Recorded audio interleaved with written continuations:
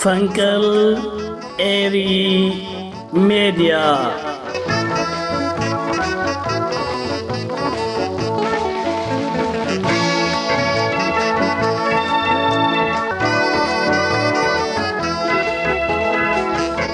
سلام تخاطرتي مدبات فنقل إيري ميديا كما يتحضروا نلو محمد شدشنا حاسة بقدام ما يتحست مدبات قريبا لكو نمكتالكم بخبري عدم سناي مكتال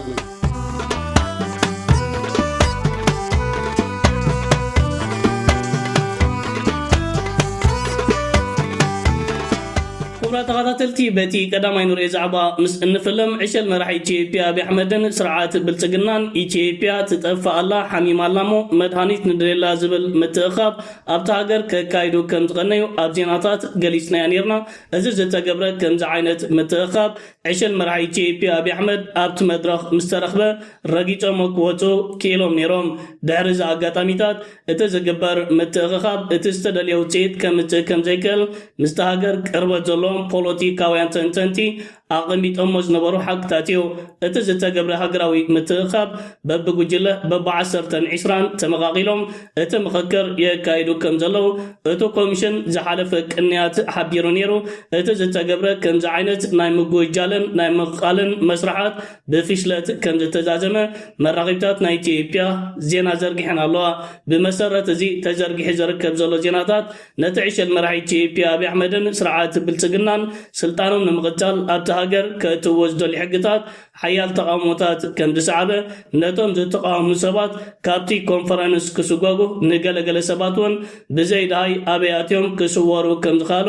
እዘን ካልእን ዝፈጠሮ ዕግርግርን ሻቅሎትን ፍርሕን እቲ ዝተገብረ ሃገራዊ ምትእኽኻብ ኣብ ናይ ፋዕፋሕ ምባል ኩነታት ወዲቑ ይርከብ ከም ዘለዩ ኣብዚ ሓበሬታታት ተዘርዚሩ ዝርከብ ስርዓት ብልጽግና ኢትዮጵያ ትጠፋላ ኢትዮጵያ ሓሚማላ መድሃኒት ንድልየላ ብምባል ዘካየዶ ከምዚ ዓይነት ምትእኻብ ብዘይፍረ ይብተን ኣሎ ኢትዮጵያ ብዘረባን ኮንፈረንስን ብኣፅዋራትን ክትምለሰሉ ናብ ዘይትኽእል ውድቀት ሰጢማ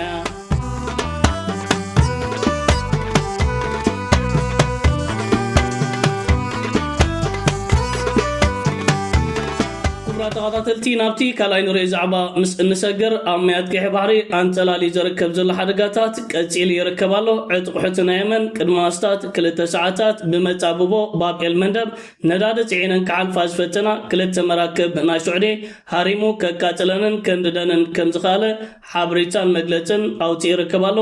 ነዚ ጉዳይ ዝምልከት ከም በዓል መርበብ ሓበሬታ ኣልጀዚራን ከምኡውን ቢቢሲ ሰፊሕ ጸብጻባት ይሰርሑ ኣለዉ ዕጥቁሕቲ ናይ የመን ኣብ ማያት ቀይሕ ባሕሪ ኣንቢርዎ ዝርከብ ዘሎ ዕፅዋን ክባን ኣብ ልዕሊ መራከብ ናይ ስዑድ ዓረብ ጌና ቀጻል እዩ ዘሎ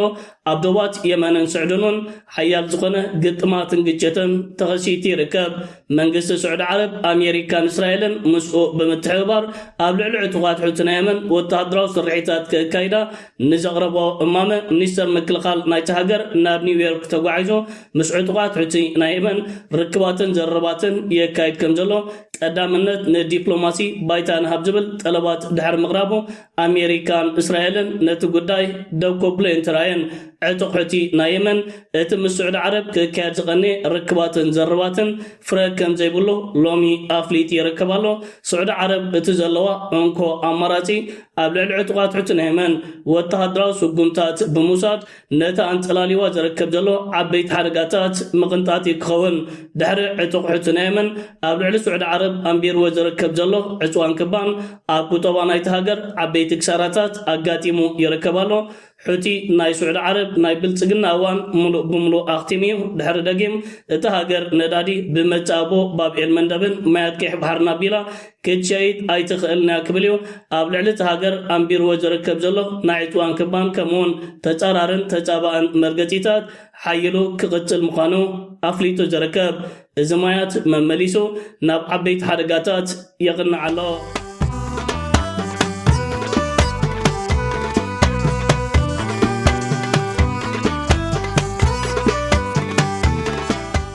ተኸታተልቲ ናብታት ሳይኖር የዛዕባ ምስ እንሰገር ቀጥታ ምስ ሃገርና ኤርትራ ዝተተሓዘ ኮይኑ ዘሐጉዝ ዜናታት ኮይኑ ይዝርከብ ሃገርና ኤርትራ ኣብ መዳይ ዲፕሎማሲ ካብ ግዜ ናብ ግዜ ዓበይቲ ዓወታት ብምምዝጋብ ናብ ዝበረኸ ደረጃታት ሓቂራ ትርከባላ ባይቶ ሰብኣዊ መሰላት ውድብ ሕብራት ሃገራትን ፕሬዝዳንት ናይቲ ትካልን ንቀዋሚ ወኪል ኤርትራ ናብቲ ትካል ኣምባሳደር ሃብቶም ዘርኣይ ናይ ዓመተ 2026 ዋዕላ ንማሕበራዊ ጉዳያት ዝደስስ ንዑ ክመርሖ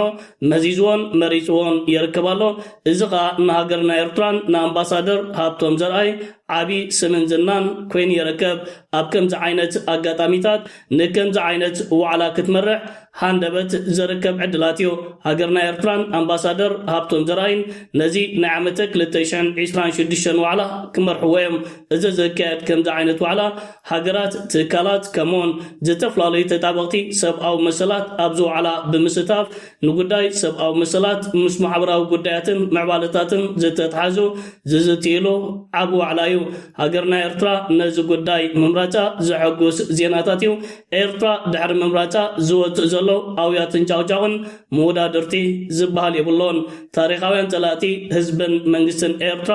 ናይ ምዕራባዊ ዓለም ሎቢስትን ጋዜጠኛታትን ፖለቲከኛታትን ዝሕዝዎን ዝጭብጥዎን ጠፊዎም ይርከብ ምክንያቱ ስም ህዝብን መንግስትን ኤርትራ ንምሲጣን ንኤርትራ ካብ መዳይ ዲፕሎማሲ ዓለም ንምግላል ዝተገብረ ፈተነታት ምስ ከውሒ ተራፂሞም ክተርፉ ስለ ዝተራዩ እዚ ኤርትራና ተመዚዛትሎ ትርከብ ዘላ ከምዚ ዓይነት ኣጋጣሚታት ዓብይን ዘሐጉስን እዩ ንኤርትራ ኣብ መዳይ ዲፕሎማሲ ይኹን ኣብ ካልእ መዳያት ንድሕሪት ክትጎታን ክትመልሳን ከም ዘይከኣልካ ዓበይቲ መልእኽታት ይሕሊፍሎ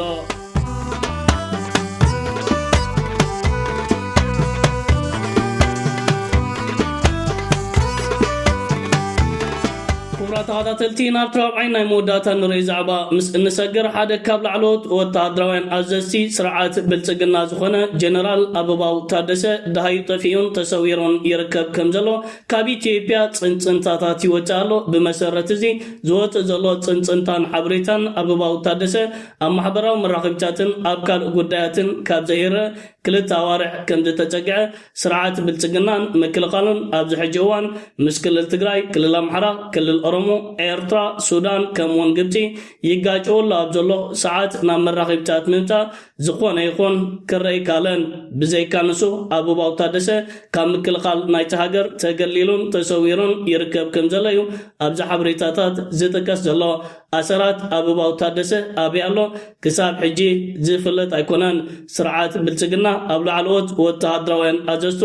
ምቅያራት ክካይድ ከም ዝኽእል ኣብ ዝሓለፈ እዋናት ፅንፅንታታት ወፂኡን ተዘርጊሕን ነይሩ ስርዓት ብልፅግና ካብ ተወለቲ ክልል ኦሮሞ ወፃኢ ኣብ ምክልኻል ናይቲ ሃገር ንዝርከቡ ብፍሉይካ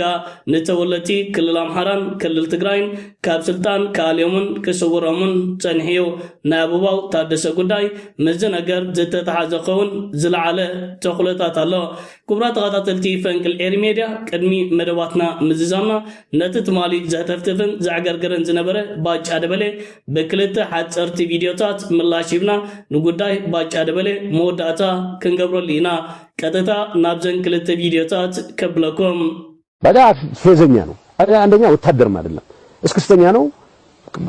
ዳንኪረኛ ነው በዚህ መሃል ልብስ አልብሶ አመጣው አጫዋች ነው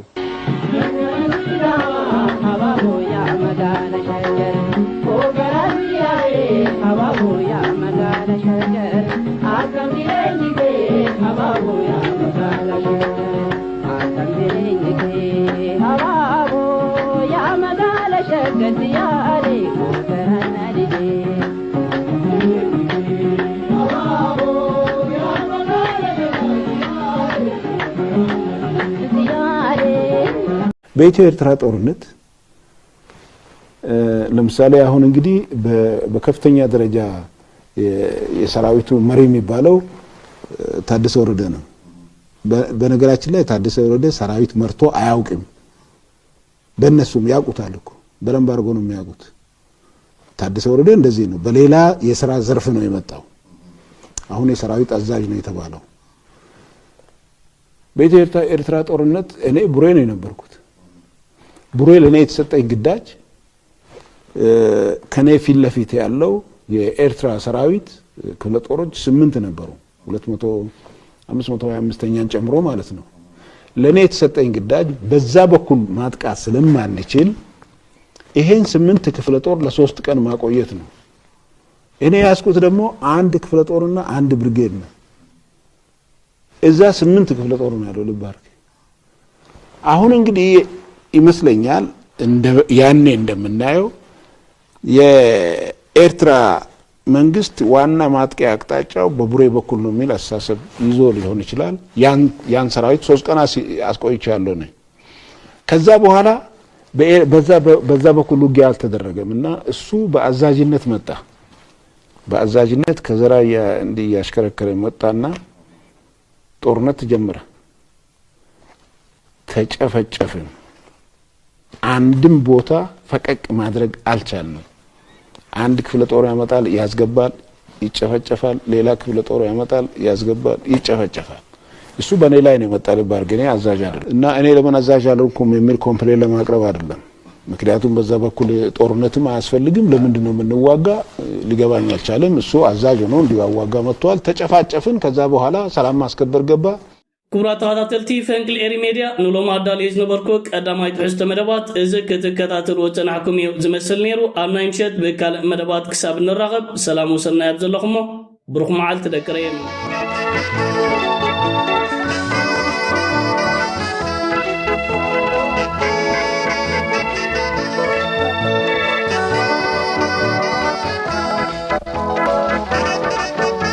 فانكل إيري Media